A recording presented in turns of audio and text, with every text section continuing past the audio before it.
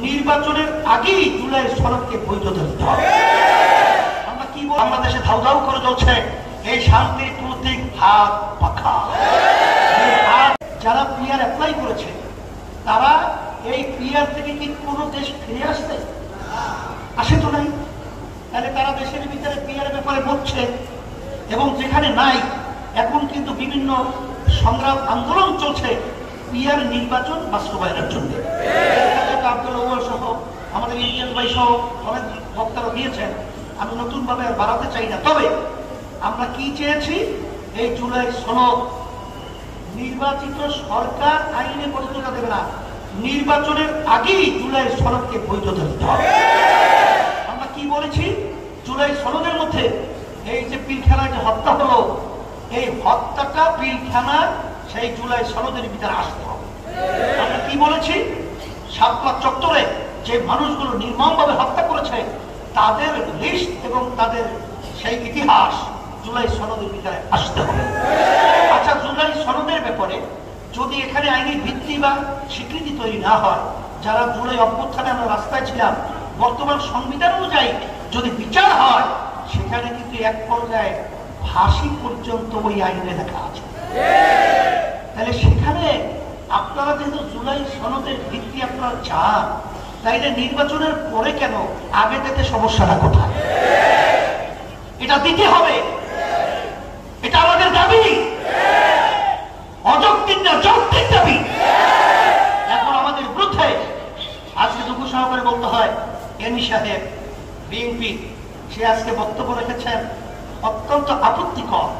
সেখানে আমাদের ব্যাপারে ভণ্ড শব্দ ব্যবহার করে, সেখানে সে ব্যবহার করে আমরা কি ফ্যাসিস্টের সহযোগী ছিলাম।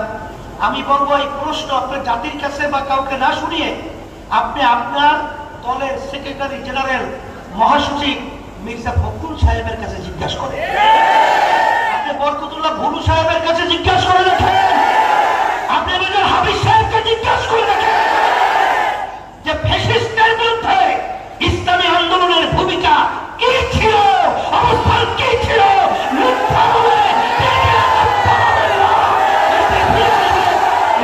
অনুরোধ করছি, সেই সাহেব পরিষ্কার ভাবে আমি বলছি, কারা দোষর ছিল, কারা খুনিদের, তাদের বিচার না হওয়া পর্যন্ত দল নিষিদ্ধের ব্যাপারে আপত্তি জানায়, এরা বাংলাদেশের জনগণ জানে।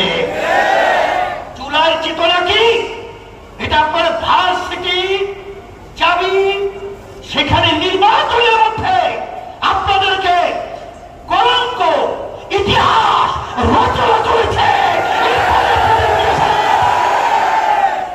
এই জন্য আমি বলবো, যদি এখন আপনাদের এই বক্তব্য থেকে, যদি আপনাদের এই মন মানসিকতা থেকে এখনো যদি ফিরে না আসেন, আর কতদিন মায়ের কোল খালি হবে, আর কতদিন আমাদের দেশের টাকা বিদেশে পাচার হবে, আর কতদিন এই দেশের মানুষ লক্ষ লক্ষ মিথ্যা কেসের মাধ্যমে তাদের সংসার ধ্বংস হবে, এটা বাংলাদেশের জনগণ দেখতে চায় না। এর পরিবর্তনের জন্যই আমরা আওয়ামী লীগ দেখেছি, বিএনপি দেখেছি, আমরা জাতীয় পার্টি দেখেছি, কিন্তু আমরা ইসলাম দেখি নাই। দেশের ভিতরে ৯০-৯২% মতো মুসলমান বসবাস করে, সেই দেশের মুসলমানদের চাহিদা হলো ইসলামী নীতি আদর্শের সাথে জড়ায় থাকা, সাথে সাথে অন্য জাতিরাও ইসলামকে এর জন্য গ্রহণ করবে, কারণ জান মাল ইজ্জতের নিরাপত্তার ক্রান্তি হলো সেই নীতি আদর্শের নাম হবে ইসলাম। আমি আর কথা বেশি লম্বা না করে, আপনারা কষ্ট করে এসেছেন, প্রশাসন আমার ভাইদেরকে এবং সাংবাদিক ভাইদেরকে ধন্যবাদ জানাচ্ছি। আমাদের সব একাকার হয়ে ৫৩ বছর আমাদের দেশটা মাজা সোজা করে দাঁড় হতে পারে নাই।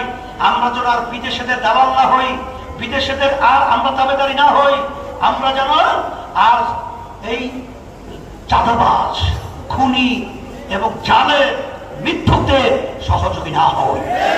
পরিবর্তনের জন্যই এই অশান্তির আগুন বাংলাদেশে ধাউ ধাউ করে জ্বলছে। এই শান্তির প্রতীক হাত পাখা, এই হাত পাখার বাতাসের মাধ্যমে এই দেশকে শান্তি করে, দুনিয়াতে শান্তি, আখিরাতে মুক্তির লক্ষ্যে আমি আপনাদের সন্তান, আমি আউয়াল সাহেব, আপনারা তো পরিচিত আছে জানেন, তার হাতে উঠিয়ে দিয়ে আপনাদের সামনে আমানত হিসেবে রেখে গেলাম। আল্লাহ যেন ইসলামের পক্ষে, হাত পাখা প্রতীক পক্ষের পক্ষে ঢাকা ১০-এর এই আসনের প্রার্থী আল্লাহ যেন বিজয় দান করেন। ربنا آتنا في الدنيا حسنة وفي الآخرة حسنة وقنا عذاب النار برحمتك يا رب.